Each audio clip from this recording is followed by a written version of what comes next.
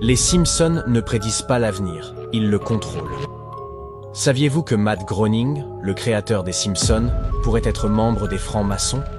Les francs-maçons sont une société secrète qui a été le sujet de nombreuses théories du complot au fil du temps. Beaucoup croient que ce groupe a le pouvoir d'influencer le monde et tout ce qui s'y passe.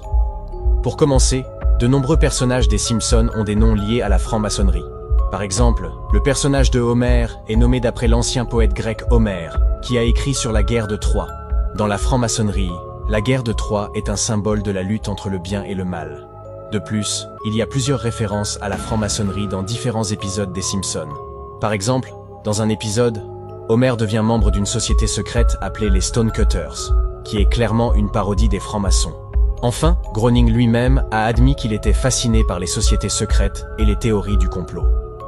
Dans une interview accordée au magazine Playboy, il a déclaré qu'il avait été inspiré par le livre Illuminati Trilogy, qui explore l'idée d'une société secrète contrôlant le monde.